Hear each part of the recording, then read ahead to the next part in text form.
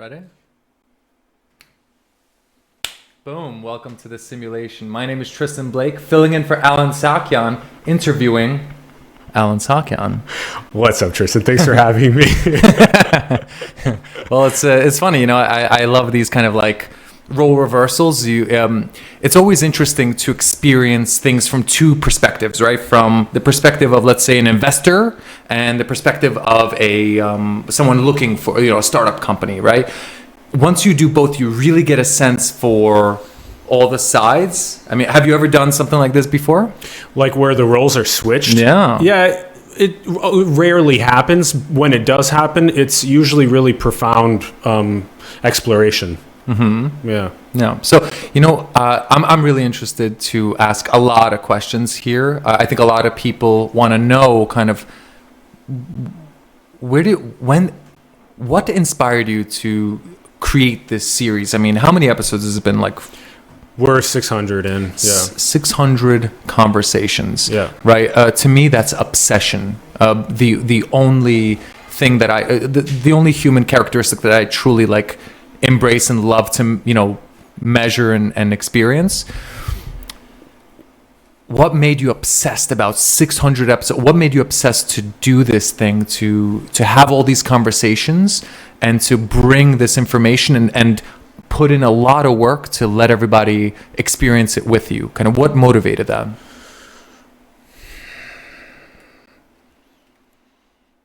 I really appreciate you wanting to interview me and ask these questions, and hopefully it can shed some light on what may be helpful for other people. And this a lot of this has now become about the nature of reality. Why are we here? Why was this made? What's actually going on? How do we inspire other people to care about these most first principled questions? What are they uniquely blueprinted for? How can they bring those gifts into the world? Talking to all these leaders at the edge of their fields and trying to gain insight from what they're doing and inspire other people to get to the edge of these fields. And this is a very polymathic show, so we feature scientists, entrepreneurs, spiritual leaders, people that study blockchain and crypto, AI and robotics, biotech, neurotech, geopolitics, geoeconomics, the deepest parts of the human psyche regarding meditation, psychedelics, feelings of interconnectedness, feelings of ego death. I mean, we're just so deeply all over the place that hopefully it gives people a deeper insight into the nature of the reality. And that's initially, it started that way a couple years ago, was just this list of really thought-provoking questions that I sent you, and many other leaders that I knew. And I sent this list over, and it was just a lot of responses in 2017 from people that were like, this is the best list of questions. This is, you're probing reality with the best compression algorithms of questions that can then elicit the most interesting responses from people. And this is juxtaposed with things like, let's talk about the weather, let's talk about sports, that type of stuff. And so when you want to gain a better understanding of the world that you're in, you have to formulate these complex, multivariate questions and then ask other leaders those questions and just become obsessive with them. And that's what the last 600 episodes has been. And it's been across different places in the world. It's not just been the United States, which has been really interesting. Most recently, we came back from almost 3 weeks in Beijing, Hangzhou, Shanghai, doing interviews in China, interviewing Chinese principal investigators and leaders there, professors. And it was super fascinating because, you're immersed more into a completely different culture of evolution. And it's very fascinating to hear their perspectives, but it's also fascinating to see the similarities.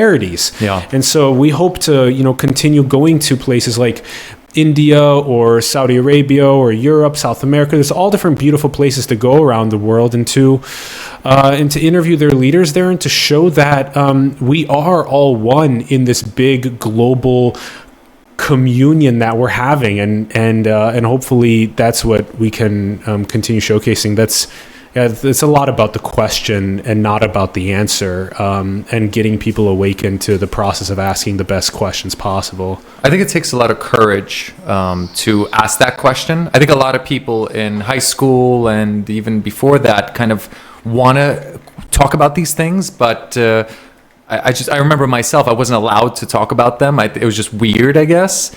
And finally, like now here in California, we're able to discuss this regularly with almost anyone, you know, even in the checkout counter. It's kind of okay. But I think in a lot of places, it's still not okay to ask profound questions. And I think that you're actually expressing a lot of courage and asking on behalf of a lot of people. So that's cool. I appreciate that. Thank you for 600 questions worth, 600 sessions worth of questions to these extraordinary people. What are some of the favorite interviews that you had? This is always a hard question, because they've all been so instrumental in like shaping my worldview over time, and I hope the worldview of other people that view the show. Yeah, it's always hard picking favorites. Yeah, it's really hard. If you had to choose 3. Yeah, this is you know what? Not so favorite. hard. How about just the ones that stood out a lot, unexpectedly? How about that? And then there's all these things to account for, like the recency bias, Yes. towards like the last couple versus the ones that happened like episode 100 or whatever. You know, it's just harder to remember. Yeah, and also over the last 2 years, my worldview just becoming more and more closer to the feelings of interconnectedness or communion with the source that we're all a part of. That it makes me feel like the most recent conversations have been the most profound for me, and that's just the part of, I think, the evolution of consciousness and the flowering of a flower as a human, is just that these ones that have been most recent are the ones that are closest to the deepest parts of the evolution of my psyche, and so I'm biased to talk about them. And and then they pretty much have to do with the theme of, you know, why are we here? What is this big thing that's been created? What's the purpose of it? Why are we all embedded in it? Where is it all going? And how can we identify what we're uniquely blueprinted for and bring those gifts to the world? And how can we build a social fabric that maximizes the potential of people bringing those unique gifts forward?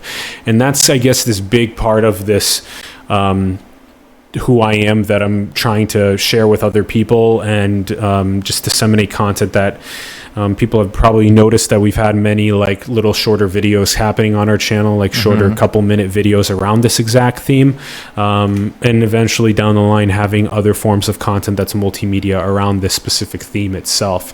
So I'm glad that it's, you know, definitely formed into this specific ethos over the last couple of years, and I'm just deeply grateful that people care enough to watch and people care enough to be guests on it, and that we have the opportunity to help transmit something that is of value to people, that gets them more awakened and more conscious and more aligned with their deepest purpose in the world. So, yeah. Thank you.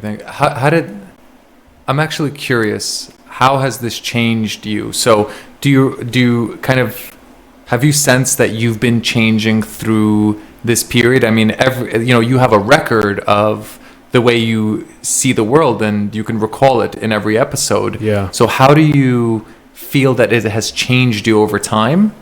From episode 1, were there kind of periods or points that you just recall being extremely just transition periods where you were not the same? Interesting. Any moments like that you could recall? I really like this question. Yeah, this is a really good one.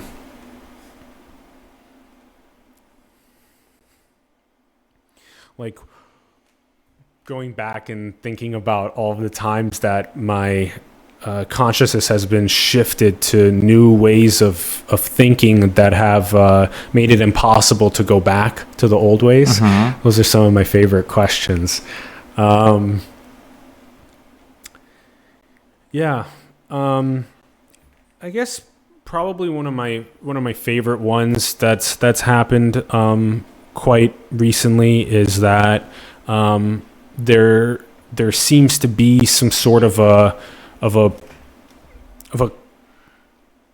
calling that we're all a part of, whether we're awake to it or not, whether we're just embedded in the economic machinery, or we're maybe a little bit more awake and actually asking this question of what we're all building and why we're building it. Mm-hmm. And that's the question that's awakened me probably the most recently, is what are we all building? And a lot of it is actually heard in the question that we started asking at the end of every episode, which is, is humanity a biological bootloader for digital superintelligence? And we're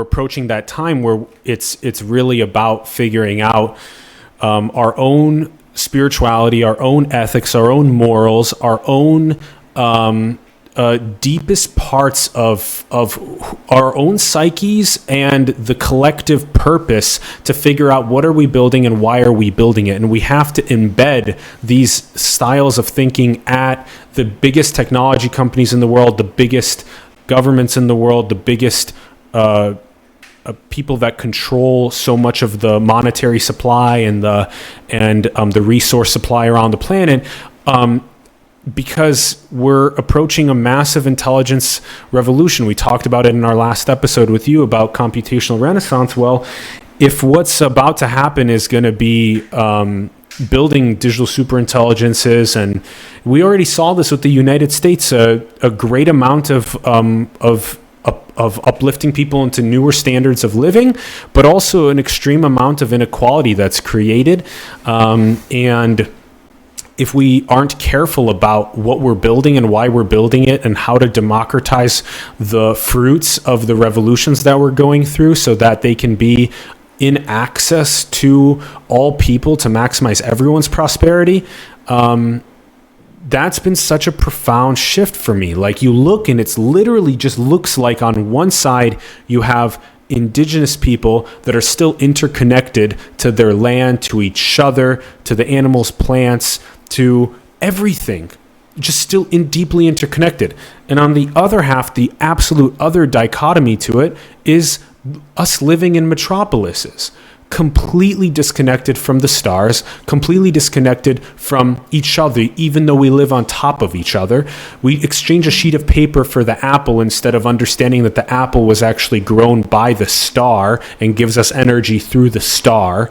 And that aspect of disconnection to the interconnectedness is, I believe, the root of all of the issues that we have as society. So if we're not going to look and implement some of these very fundamental aspects of interconnectedness in the future building that we're going to, it's going to be a disconnected, separation-focused future rather than an interconnected, flourishing future. That's the next world that Ori and I are so passionate about.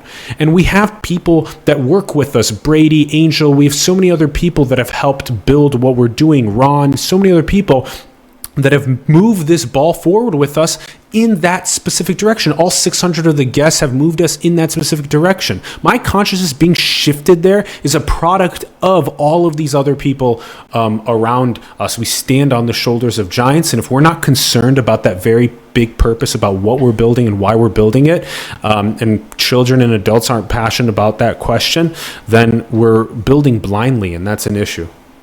So I hear you.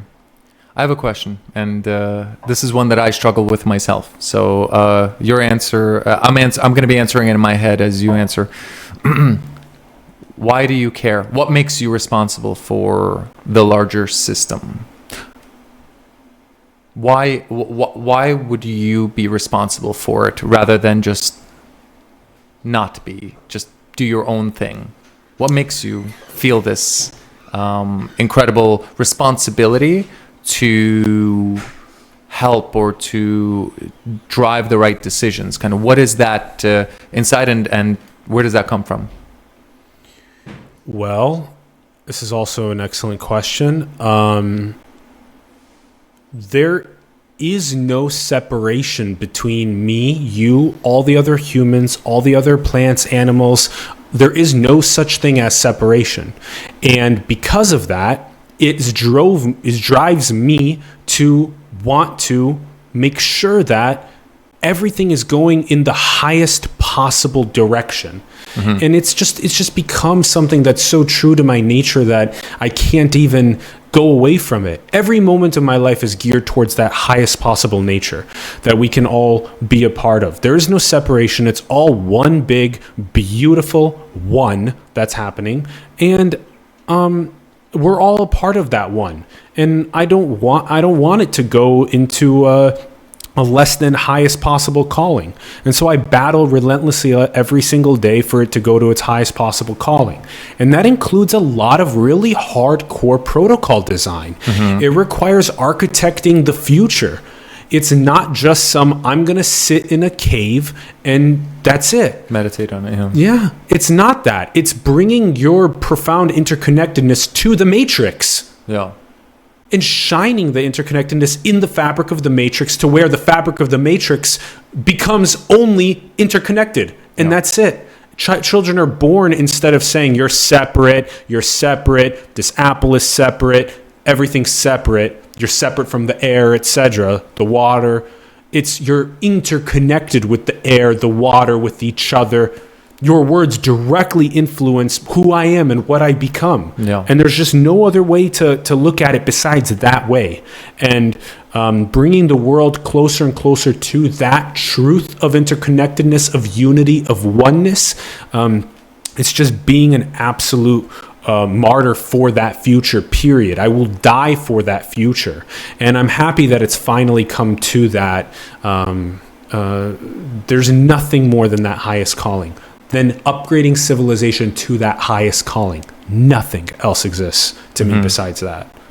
So, that's a really interesting perspective. And I think that right now, you always have to measure kind of, is this happening to us or are we doing it, right? So a lot of people come to me as a scientist and they go like, you guys are creating this AI. And I'm like, no.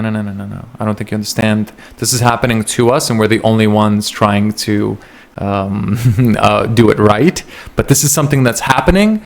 And now we all need to figure it out. But you got to all contribute, right? So you're contributing. What do you get for it? What have you gotten for it so far? Gotten for the process of the contribution to what the last answer just was towards getting awakened toward the interconnectedness. All this work that you've been doing, what have you received and what have you lost as a result? I know I lost a wife in a relationship. This is very, very serious question. Yeah, this is a very serious question. How much do you care about what you're talking about? Yeah, because many people talk big games and they're not willing to sacrifice going to the bar. That's like the most simple one to sacrifice. They're not willing to sacrifice watching sports games. They're not willing to sacrifice video games. They're not willing to sacrifice, get a little harder. Sacrifice time with friends. Sacrifice a girlfriend or a wife or a husband or a boyfriend. Not willing to sacrifice. This becomes strange here, because at some point, if you're also not exercising, eating healthy, sleeping enough, you're not contributing anyway. Right. You're actually taking all of the potential that you could be contributing and you're sacrificing it because you think you're being smart and sleeping 4 hours when you're literally not able to press the save button as much on the data that you were trying to store from the previous day, and you're not as ready for the data that you're about to take in that next day because you just didn't sleep that well.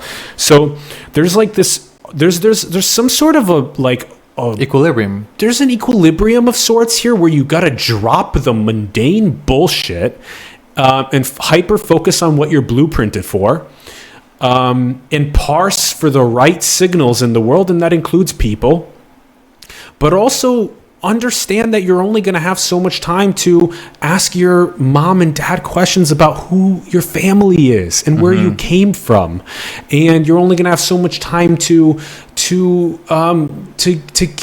understand what love is, and to dive into that beautiful relationship of love with another human at that like cellular twin flame level. And so you're only going to have so much time that you can go out and like literally hug a tree, and go through the process of literally hugging that tree, and making sweet love to nature. Sweet, sweet love. And I mean laying there and letting the bird chirps just penetrate your spirit, and knowing what that feels like, and not in some sort of like a way that is around the I'm watching this video on YouTube of this bird chirping. But so I just came from the redwood forest, and I spoke to some of those trees. Man, there's an ancient wisdom inside of them, this kind of silence, this deep, old, ancient silence that you can only understand and appreciate once you actually spend time with these things. So it's these are living organisms that have a lot of history, a lot of stories. They've seen a lot. Wow, the lineages from them for the longest time. And you also ask about what is to gain from this, and what you gain from it is you gain an unprecedented level of waking up every single morning with a fire under your ass. Purpose, meaning. Period. Yes. I like people, so I have this little podcast I'm kind of working on a little bit. It's called The Speed of Freedom. It's actually about kind of going forward and leaving all of your fears behind and just pursuing your passions. And that's why I've always respected you, because you actually pursue your passions and you fight your fears. You kind of hurdle over them, and over time, I think what I've been observing as a kind of observer, that people have so much potential that they could really be releasing, and they're always they self-restrict themselves. They stop themselves from achieving their dreams and their goals, and it takes very small kind of conversations or small things to push them over. I'm all about that. And one of the things that I find that intelligent people do actually is to explore a territory or a question before everybody else does, at risk to themselves. They sail out, Columbus and Magellan, all these explorers, they sail out into this dark, deep ocean, and they explore.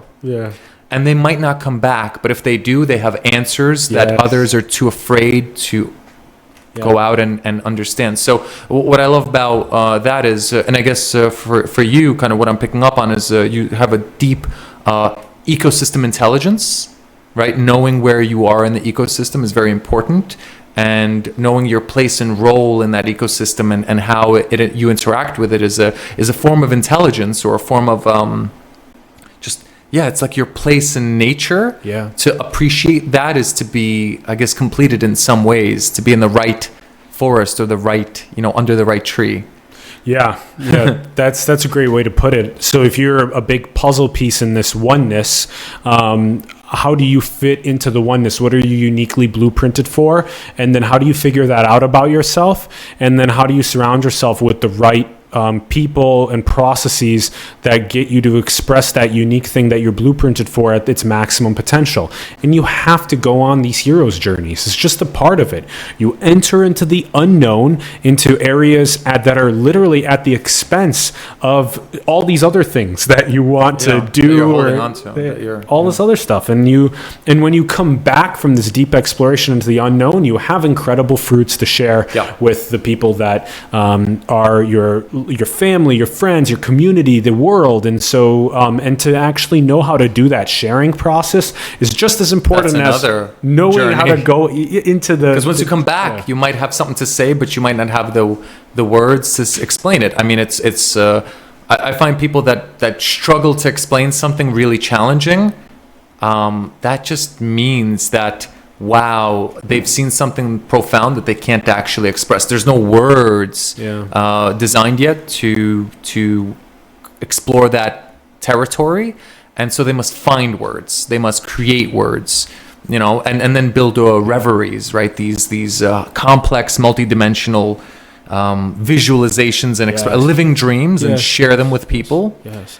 It takes time to craft these things in order to share them, and I think it's really cool because I love this point. This is a really important point. You have to when you come back from going on to this big journey, that you sometimes you have to make new words, neologisms. Sometimes you have to like we talked about in the last episode, you have to structure these profound realizations in ways that make it relatable for other people to understand them. And it requires a shift in consciousness, a transformation in your own consciousness to be able to know how to share these stories and how to tell these stories. Just look at all of the best storytellers that have ever existed and try and find the best principles from what they did, and also bring in new principles that they've never thought of, and share stories in that way, and it'll transform other people that consume those stories. And so this is a big part of what I have to do. I have all of these people that have been teaching us things. And now it's like, how do you take what all these people have been teaching you, and how do you find the most first principled understanding of what all of them have been teaching you, and then share that with the world? Society is missing a most first principled canon of why we're here, who we are, where we're going, missing it. Clearly missing it. It's the most missing piece of our fabric of existence. And I've taken on the burden of wanting to bring that into the world, the privilege of wanting to bring that into the world. Yeah. And it requires having the people around me that also help me become the most conscious, the most aware, the most pure, the most resilient in that process, because this is not some sort of an individualistic thing. This is a very non-separation, interconnected thing to endeavor into doing. I love it. I'm obsessed with it. Yeah. Storytelling is everything when you come back. But I kind of expect it now. Like I expect it from people now. Like I expect originality, and it's almost like if you're mediocre, or if you're like leaning towards that mediocre middle, like I almost can't. I already know that, so I don't want to kind of spend my valuable time doing something that I already understand very well. I want original ideas and subjects, and if somebody's explored something that's sort of like the only way you could really get my attention, it's not by saying something that I'm already familiar with. So that kind of, do you think some people have more of a tilt towards originality versus I guess mediocrity, and what do the people, as long as you want to be in one of those, that's fine, but do you ever find in your conversations or in your experience that some people are living in mediocrity but want to kind of explore these areas and struggle, and what have you done to kind of push them? This is also very interesting. There's an analogy that I think works really well for this, and it's that all of us are colors on a color wheel. So even if you want to be the color orange that goes and brings some sort of a profound awareness transformation to the planet that impacts 1 billion people, you can be the color orange. If you want to be the color blue, and maybe you just want to have a child with a partner, and you want to raise that child into the world, that's the color blue. Maybe you want to be green and you want to target. Just don't get in yellow's way. Orange in this case. Yeah. Don't get in, because the green's already there, blue in there. Yeah. So this is, this is a really interesting way of looking at it. Like in a sense, I don't even like saying that people's blueprints are for mediocrity or amateurism or whatever, or excellence or whatever. Mm-hmm. More so just like whatever you're uniquely blueprinted for, it is just your own unique blueprint and your own unique contribution that you're bringing in the interconnected collective that's moving forward, and to actually respect that uniqueness about yourself, and like certain people are just going to bring more transformation to the world, and certain people are going to bring transformation in a different way that you may not actually see for a long time down the line. Like we had this on another recent episode, just like with actually Charles Eisenstein. He just brought up that, you never know that a mom raising a child with a very complicated neurodiverse personality may do an excellent job at that process, and then only after that neurodiverse child grows up to find their blueprint and go into the world because their mom did such a good job, that then that child, maybe 3 generations down the line, actually has one of the most profound impacts on the world. Their children and their lineage did, just because of the way that that mom engaged with the child. So you never actually know. It's all so butterfly affected around the world and so deeply interconnected that you never actually know. So just think of yourself as a unique color, a unique instrument that's being played in the collective symphony of awakening, of becoming more alive as this creation erupts and gets constructed more and more. And just find your puzzle piece in it. What you're uniquely blueprinted for, and love that about yourself and what you're doing here. And don't ever let especially the age of follower counts and likes and subscribers and all that type of stuff that drives anxiety and mental torment and stuff like that. Like, be content with your exact role. And don't let those things get to you. Can you feel compersion? Can you feel joy when someone else experiences joy? When someone is saying that they've made some profound impact on the world, is it that you have envy, or is it that you have joy for them? Can you repattern your behaviors to have joy for when other people feel joy, and to not have envy when other people achieve something? And then you're growing the pie, and everybody is more about the growth of the pie, in the way that the growth of the pie is enabling a distribution of fruits as well, as long as the fabric is implemented in a way that enables the distribution of the fruits, rather than feeling like, oh, Tristen has this many things and I only have this many things. We got to get that out of here, and we have to focus more on not buying a 7th yacht and a 7th watch and a 7th house, but instead really thinking about, what if I gave 30 artists and entrepreneurs and spiritual leaders around the world $1,000 each with my $30,000? What if I did that? What kind of butterfly effect would that have on the world? It's an experiment. These are experiments, human games. You could always kind of find new experiments to play with. I actually was thinking about an interesting question I would love to ask you in particular. Yes. Do you think technology is inherently unfair?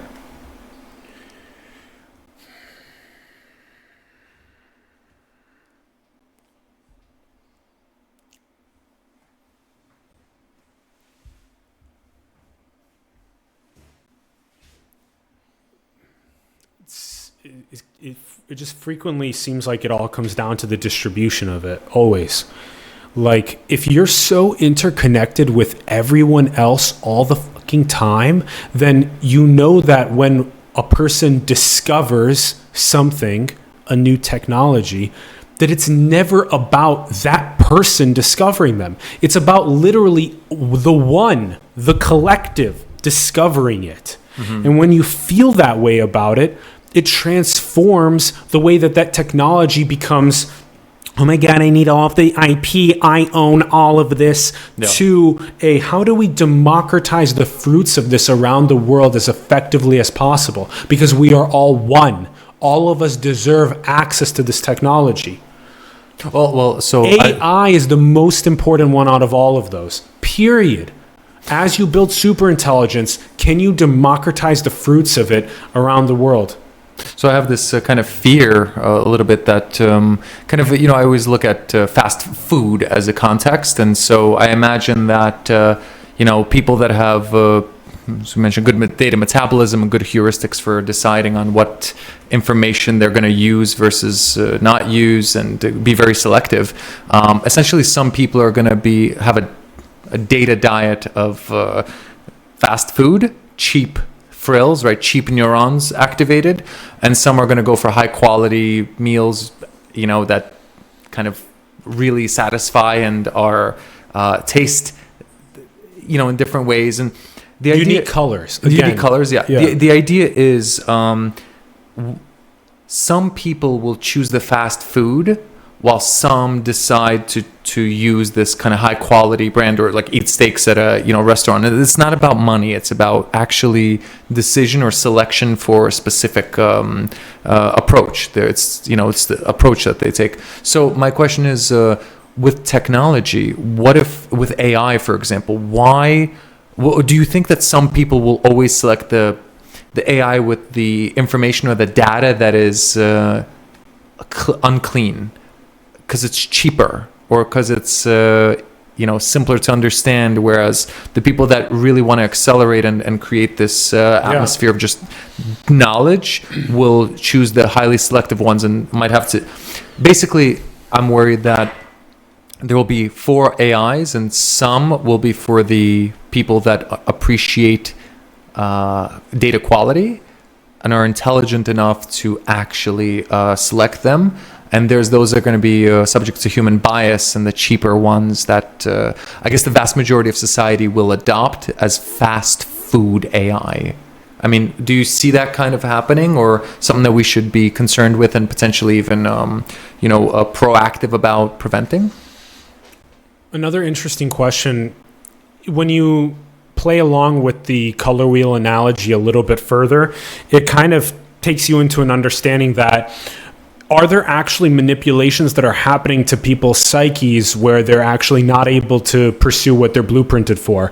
Is the social fabric around us just pushing people as unique shapes into the same circular stamps in the machinery and not being able to creatively express themselves? And so when that is addressed, it makes it so that every person is able to uniquely express themselves. For when you say, like, is somebody going to approach a fast food style of an input stream that they're taking in all of the time, the answer is that's a unique color on the color wheel, but do people know that there are other options?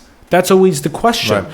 And where does cognitive ease play into effect? Because if I can just realistically speaking, it is literally like, just give me the instant dopamine. Give me that feeling of me numbing myself away from my blueprint, away from my fullest potential in the world. And I feel it all the time. You can feel it kind of when you're starting to enter into some of the you notice only an hour or 4 hours later, once you've been on that porn site, or once you've been on that Netflix, or once you've been on YouTube or whatever it is, Facebook, etc., Twitter, that you're not actually pursuing what you're uniquely blueprinted for, as much as you're being fed something that's causing you to fit into a different color than maybe what you're uniquely here for. So when you're talking about this, I'm all about this. How do you have a bell curve of people to move from a place of feeling like their uniqueness is not being expressed, and how do you help move them into a social fabric where they can express it? And I love that. And you can leverage AI to do that. AI can also be leveraged for serious malevolence. It all goes back to the same thing. Intention, even prior to intention, is who the are you? How awake are you? How interconnected are you? How much do you have a unique communion with all that is? Because if you don't have those things in place, I'm going to think that you're different than me. I'm going to want to self-deal my own self more money to buy another yacht, instead of literally realize that you're a divine, unique human that has a unique blueprint of an artistic expression into the world, that I want to help build something to catalyze exactly that. If we don't have that awakened shift, big problems happen. Big bifurcations happen in the trajectory of civilization when people think that they're fucking different from other people. It's not that everyone. It's not like this whole. It's not this whole postmodern like super like social justicey style of putting it. This is not political whatsoever. This is strictly spiritual and scientific, not political. Spiritual and scientific. We all come from one. We all come, I don't care if you call it the Big Bang, if you call it source, if you call it all that is, God, creation, infinite consciousness, I don't give a fuck what you call it. We all come from one. And if you begin to view it that way, all of a sudden then I don't have malevolence towards you or anyone else. Right. But do I want to help build a social fabric that makes it so that people that can awaken faster, and that we can't have someone else killing someone because they weren't awake enough to realize that? Yes, that's the point of architecting that future, that next world. So so that one, I mean, I guess the way I interpret when I think about it, I've been having this deep intuition recently that the sun is the source of consciousness, like a raw form of consciousness that is basically radiating on the earth, and then we create concentrations of that consciousness and act it out. But I guess the source of it is the sun. So you got me with, I mean, the sun is the one, in my opinion, but that's just kind of like a more artistic. There's a way to viewing it in terms of like sub logos. There's a sub logos that is our star, and then there's even above that is a different logos, which is the logos of the actual galaxy, and then past that logos is the logos of the one, and just. As someone that's scientifically oriented, that it all goes back to one source. No, the only thing that I kind of do you feel that way, that it all goes back to one source? So how could it be two? Explain how it could not be one. So right, it goes back to one source, but that ecosystem intelligence required to feel like one, right? To essentially challenge your personal kind of just challenge your emotions and to engage your brain and your consciousness, or kind of like on a deeper level, you challenge that. So I have this intuitive or instinctive feeling that I have, kind of, it could be aggression, it could be whatever.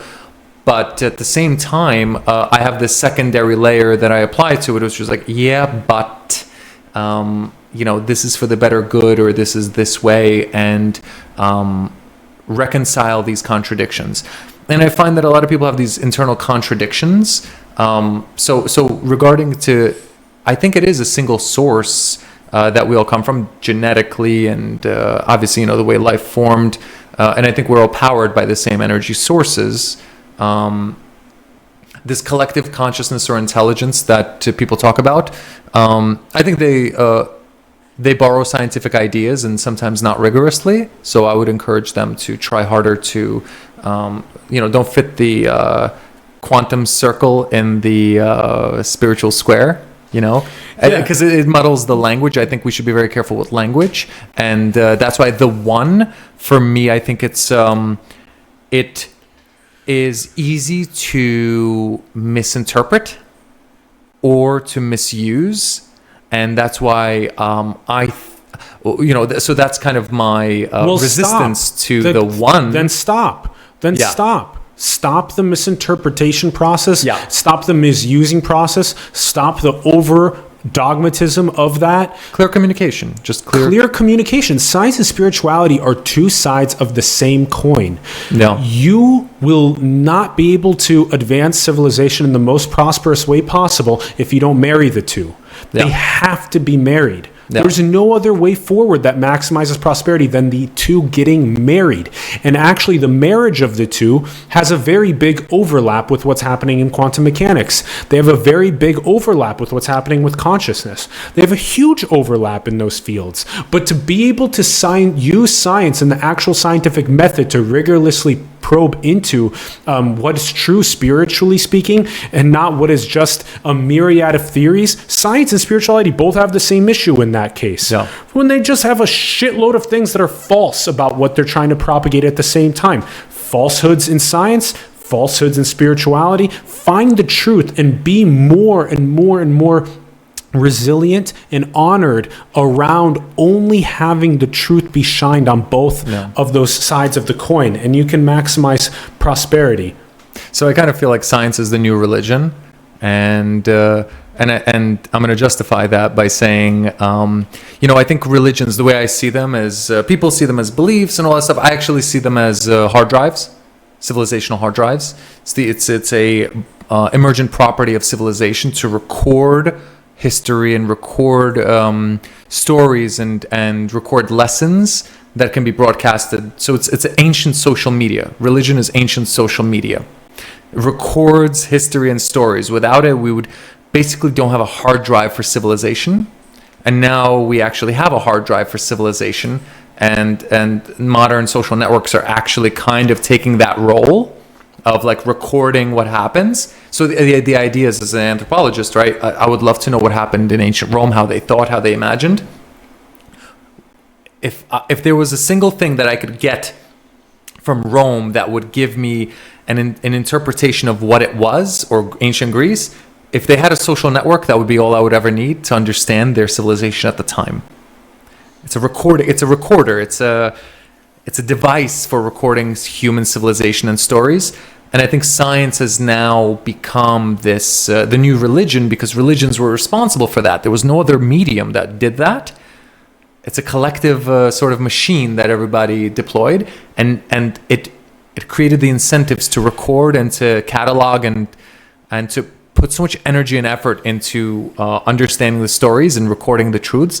And I find it funny that, you know, all of these spiritual leaders, Muhammad and Jesus, and they all underwent this incredible spiritual journey, and literally for thousands of years we've been trying to remember that feeling that they got, that experience that they got, the vision, the clarity that they got.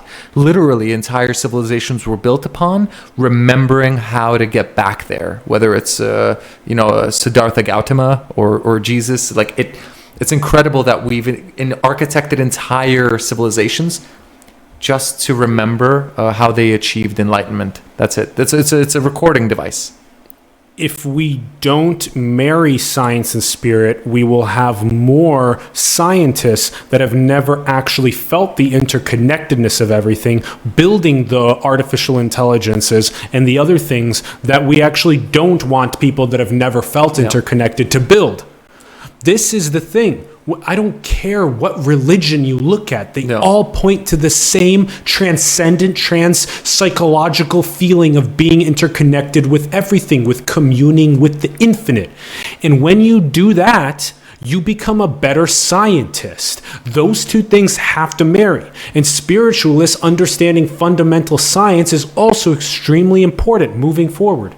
Period. Yeah. There's no separation of the two. But I can't separate the two sides of the same coin. But I've found that a lot of these data scientists and artificial intelligence experts, I mean, they are really attuned with themselves and self-actualized and spiritual. I mean, for the most part, they've been, we're very lucky that AI is being discovered by these people, of all people.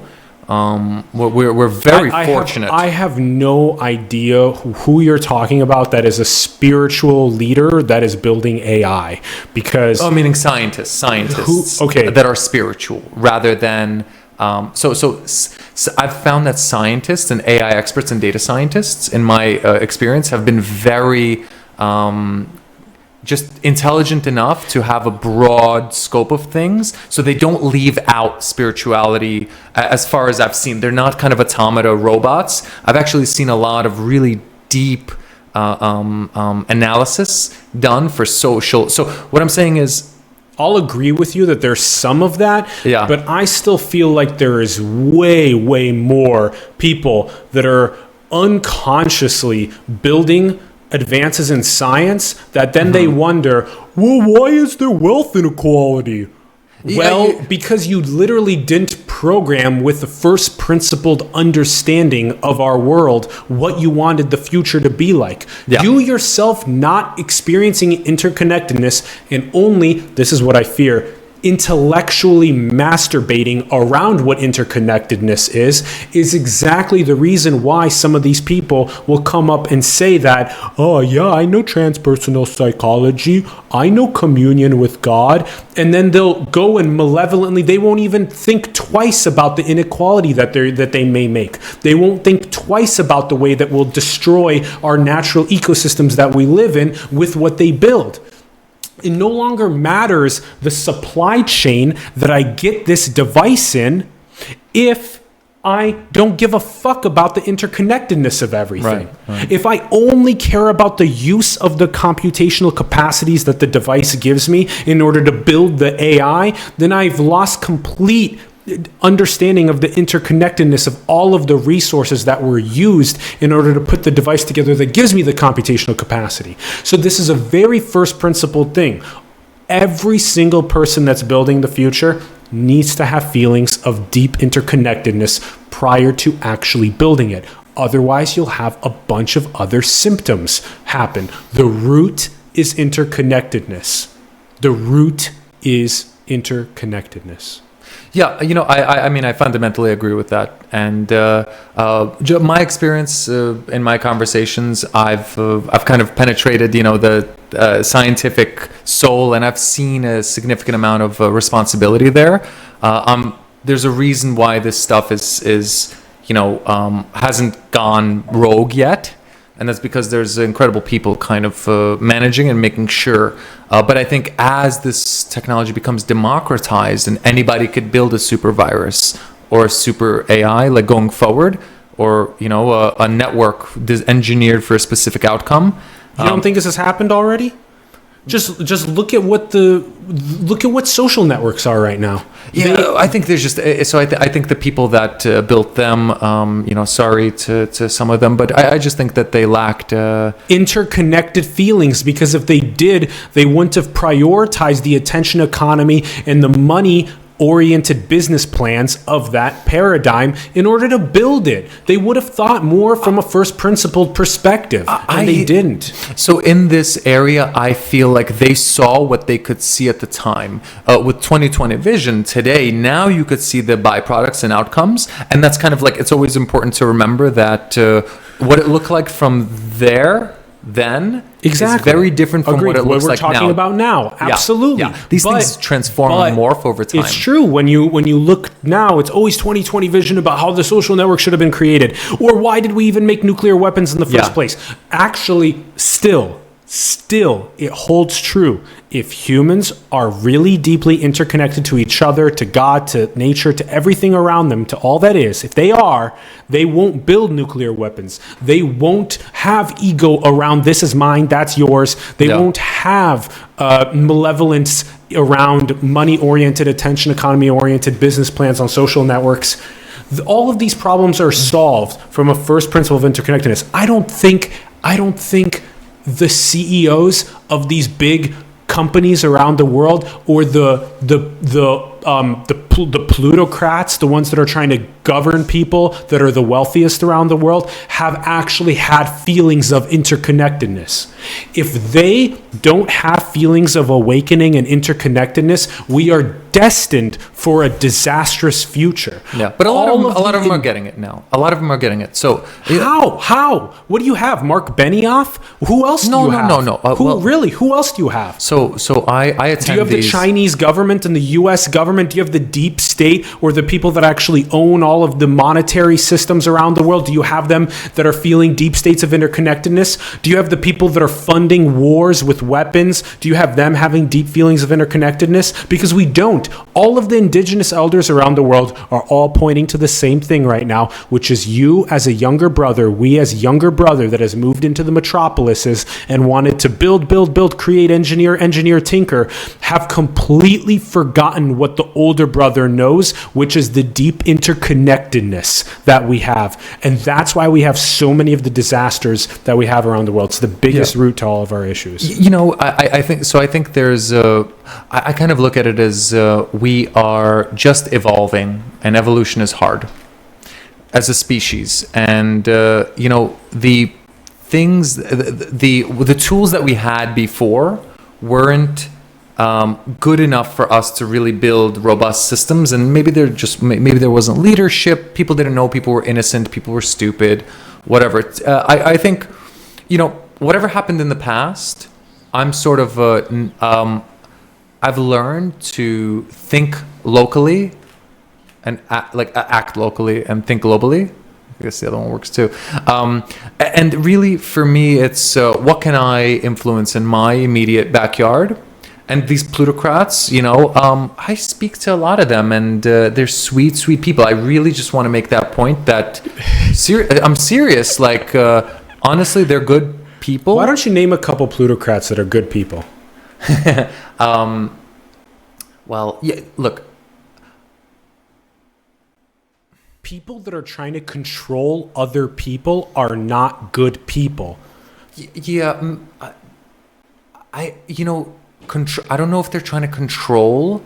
I'm seeing they're trying to influence. Influence in what way? From what first principle are they trying to influence? They're trying to make money. I get it. But then how is that good? How is that good? It's not good. It's not good. It's not good. But I think that they weren't given mental models or provided the alternatives. And great, and then they're the ones that are trying to build the governments of the future, even better. You know, they're the one. They actually have a disaster. They have a lot of stress over this because they actually don't know. And so do their kids because they've made a disaster. They've under the disguise that they've created some sort of a profound value for civilization, when out of the several thousand billionaires that are on the planet, that only a very small fraction of them have actually provided a true spiritual interconnected value for the world, and the other ones are propagating some disastrous meme and disastrous protocols of economic machinery that are among us, and then they're now also trying to defend themselves by reshaping rules and regulations in their own favors through being plutocrats and governing people. I think it's hard to manage governments. I think it's genuinely hard, and I think mistakes were made, but I think it's actually hard, and it's not always crystal clear. Let's give crystal clear examples, okay? Yeah. Okay. If you want to bring some sort of value to the world and you want to make money in the process, go through a deep period of interconnected feelings that are transpersonal. That's a beyond privilege. yourself. That's a privilege. It is not a privilege. It is a first principle. But it used to be a privilege. Now it's become accessible. But I think that seriously, look, this is great. Yeah, I'm actually saying that if it's just like time periods, like different generations, if they didn't know there was another option, so they just did what was done at the time to succeed. But now I'm literally I go to these things where I meet these people and they're actually innocently trying to do better. They might not know how, but they're actually trying. They want to do better. Their actions are not reflective, but they want to do good, and I think it's just they're powerless to even transform or change themselves. Seriously, I actually, Tristen, I think you have a very a true understanding of a very small percentage of people. Yeah, maybe the ones that I'm around, maybe, yeah. And I think the rest that have been talked about by so many of the other leaders that are critiquing the fabric of separation that we all live in are the ones that are being extremely clear about it's beyond. It's a practical approach. So I want to. This reality is exactly the way it is supposed to be right now. Yeah, right. Because this is why it's such an exciting creation that we're all a part of, because it's not a fucking utopia. That there are so many disastrous things that are happening, and especially the most first principled one, which is the root of separation, that then are catalyzing all of the other symptom issues that make it fun for us to have to raise to this big challenge and go and solve that most first principled issue of the feelings of separation, that then solve all the other down the line symptom level issues. This is the funnest game. This is the funnest game. But to be completely truthful about intentions, and even prior to intentions is feelings of interconnectedness. Let's take a poll. Out of, I believe the number is about 1,500 billionaires right now. Out of them, how many of them have ever experienced ego death? However, how many of them have ever had transpersonal feelings? How many of them have ever felt interconnected to other humans, their ecosystems around them, to nature, to plants and animals, to the air that they breathe, to the water they drink, to the food that they eat? How many of them have truly, right? This is a very subjective feeling that you have to try and quantify. But how many of them have? And there are more and more people around the world, shout out to some of our friends at places like Quality Research Institute, that are doing these things that are scientific experiments. Is that Neurohacker Collective, guys? Of things like the symmetry theory of valence. If you can map using EEG, fMRI, people's brain states that are literally showing you that they have deep feelings of interconnectedness, you could then go and put that that array and that analysis technique on the 1,500 billionaires and go and see how many of them have ever had feelings of interconnectedness or not, or if they know how to get to those feelings of interconnectedness or not. And my hypothesis from a feeling is that it's 90% of them have never had that feeling, or maybe have when they've had a child. They have a child and they go, oh my God, profound feelings of interconnectedness. And then they go back to some sort of extractive manipulative process again. Well, I mean, look, I'm actually fortunate enough to be able to influence these people and a lot of other people. But the wealthy ones, the billionaires, they're just human. They're not really they're not special. They just have a lot of resources, and however they got them, evil channeling through them.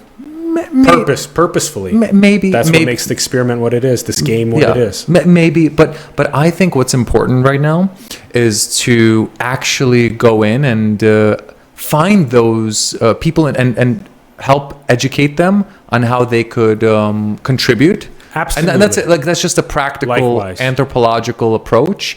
And believe me, I honestly believe that they would be happy to contribute if they knew how. So it's about us creating clear instructions on what would be the best for them. So you actually have to create games that they win in. And you could do that if you understand the symphony of incentives. You could actually improve their game theory and keep them happy.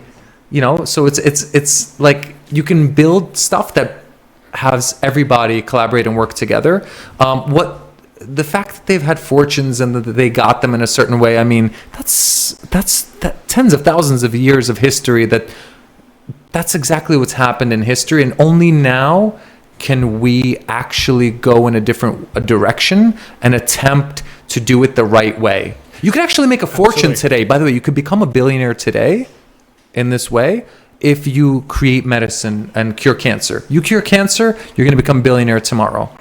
And like, you can actually do good and make money today.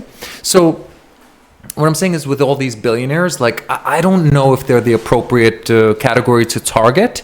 I think that just generationally we've had different education systems and different incentive structures, and the one that exists now gives us the opportunity to fix a lot of the problems that were in the past. And that's what we should be grateful that it happened, and push forward and just kind of try as hard as we can to influence these people. And believe me, they're just as human as you are, and they want love and all these things. They're actually even they're all too human. That's actually the thing, that sometimes you expect stuff from billionaires that they don't have, and you're like, wait a minute, but you have $1 billion and you don't have these. What's the path to maximum flourishing? That's the big question. Because if you go and try and go to the influencers of the world and the billionaires of the world, and you try and go directly to them and go and, hey, we want you to have feelings of interconnectedness. We're going to try and catalyze these feelings of interconnectedness for you so that we can all prosper abundantly, more effectively together. Is that the best approach? That's probably one of many good approaches. There's lots of other really good approaches at a grassroots level that cause awakening among collective, that then go into the inclusive stakeholding fabrics of the future, the new architectures and designs and protocols that then we build our future on top of. I love looking at it both ways, but I'm still extremely, you don't get into this problem and then just have nothing to blame. The blame is not on billionaires. The blame is on the root of separation that we have felt over the last period of time that has caused us to create these problems. I am no longer trying to sell you something because I care about your inclusive fitness, but because I want to take money from you. Yeah. That's this big first principle issue. I think we need to change the money whole value system. I think that's more important. It's how do you get to the highest? How do you get to the highest? How do you get to the highest possibility of an enlightened civilization? How do you get there? It's a root issue, the feelings of separation. How do you catalyze feelings of interconnectedness for people around the world as fast as possible? and as safely and as gently, as strategically, as skillfully as possible. Use our networks. Catalyze those feelings Yeah. of interconnectedness Yeah. for all. You use these new social networking technologies. So one of the things I worry about is that these ancient networks ruined the concept of social networks for everybody. They started off the gate with antisocial networks. They labeled them as social networks, and now everybody's like, aha, you see, they're all bad. And the worst part is that you could actually create beautiful networks that bring people together for a myriad of reasons, whether you love rollerblading or bicycling or podcasting, passion networks, right? So, but people are afraid of these social instruments now. So I just think it's, hey, if it's broken from before, make it better, fix it. And you'll get the credit for it, and you'll actually just be able to influence and improve a lot of people's lives. We love what you're doing. Outcompete them. We love what you're doing, yet it's still one layer past the feelings of interconnectedness. You want to bring people, you're bringing people closer to each other for more feelings of interconnectedness, concentrating consciousness on given focuses, which is beautiful. Yet there's something that's so deeply first principled that is at lack, even in the first place, in figuring out the most, again, skillful way to enlighten people around the world in a non-dogmatic way, in a way, treat them with love, in a treat safe them way. Treat them like people. I mean, it's very simple. I don't really care if people are not intelligent or have certain limitations. I treat everybody like a human being. I don't have time for everybody, considering, that I have kind of practical goals and stuff. But it's like treating everybody with that is conscious with respect. And I guess that's one of the ways that it's best to get there. But in any case, that's great. That's a great first principle. Yeah. But do you feel that in your heart, or is it truly intellectual masturbation? I had to learn that over time. You yourself and me learning it over time, yes. But saying these words, you can look at someone in the eyes and they can say, I have love for everyone. And then deep down, they don't know what that feels like. They've never felt it. They're playing a game. And that's very important to be strategically aware of. Yeah. You will look right at the devil in the eyes and they will say, I love feelings of interconnectedness. And then later on, they will fucking destroy something for money. Yeah. And keep it under the radar. So just it's much harder to do that today, honestly. Like, it's there's more transparent society. It's harder to do that. And so I think that last questions and we'll wrap. Yeah. Okay. So I think that, I like how we got to this. No, dude. I mean, it's a very critical, important area to explore. It's most first principled. I'm always driving conversation here. And the idea is, blaming somebody. Maybe. But I just feel we weren't blaming anyone. Yeah, we were blaming the roots of feelings of separation. Right. That's it. Yeah. So I just think that it's all part of the game. I'm excited about now there's an opportunity to connect people through all these different approaches. And that's the one that, like, honestly, I don't have time at this anymore. I spent a lot of time stressing and being angry about it. Now I only have time to help and connect people and love, and I just don't. I forgot how to hate in a certain way. Really, like, you can actually forget, and I think that's what everybody should try to do if they can, if they're fortunate enough to have the time to look inside. That's really people have made mistakes, but again, as I mentioned in the previous podcast, there's kind of like a point where whatever you've done in the past, I actually say, fuck it, it doesn't matter.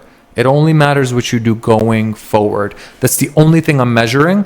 And then if you fuck it up, yeah, we'll get you. But otherwise, anything you've done before, man, like, it's an uncertain world, and it's really hard to know what you need to do, what's the right thing to do. Today, I think as we're defining what's the clearest path forward, now we could really measure who's deviating from a truly agreed upon perspective and direction.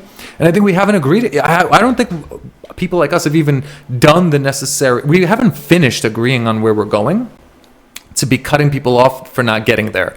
that's what I'm saying, that we haven't actually succeeded yet in outlining a future path that's worth going towards in order to punish anyone. We haven't set the game rules yet.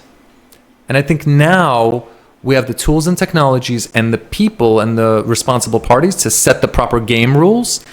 And going forward, I think we can start holding people accountable, but only after everybody's been given the same set of rules. And I think that the one set of rules, like I think that is kind of a practical approach to this. So, that's kind of, I used to be very angry, and now I find love and passion and humor, and I try to do humility as much as I can, as much as possible, because that's for me. It's not for them. It's not for you. It's for me. It's selfish. It's a selfish thing to be in love and to feel passion and explore the world. It's selfish to love somebody else, because it's actually hard. But anyway, so that's kind of where I see money systems, all that stuff. I'm sure it's broken. It's very broken, and it's never helped me, to be honest with you. But going forward, I think we have a chance to make it right, and we got to do it with as much attention to detail as possible. So I invite you to collaborate with me on doing that, and bringing everybody that's that shares this intention together. And I'm pretty sure we could collectively do a lot more, and just outcompete them with logic and order and structure and beauty. That's it. Never forget the first principle. We are all interconnected. Yeah, even feelings of separation are the ones that have caused all of the symptoms that we have in our reality. And thank you for driving conversation in this podcast towards who we are, what we care about, what we've become, where we're all going. It's very important for people that view the program to know more about who we are in that sense. And also it's important for people that view this on your podcast as well. Mm-hmm. This will be on Tristen's podcast as well. For those that are viewing or listening on that platform, this is who we are here over at Simulation and what we care about. So these are important conversations. Join us across platforms. And these are some of the most important conversations that society needs to be having. And it helps having someone else take the role of the interlocutor in the dialectic, and because then new things can flower. Yeah. And I really appreciate you wanting to have me on and do that. Dude, and it's always about growth and just kind of reaching higher for yourself. And again, act locally, think globally. The responsibility for the world is ours together, but it's not yours alone. And that's where there's a lot of kind of peace that comes from knowing that you're doing good, and you do good locally. And that is the measurement of true class and spirit. So I've seen what you've been doing, and that's actually very impressive, like how much people you've brought together and shared ideas.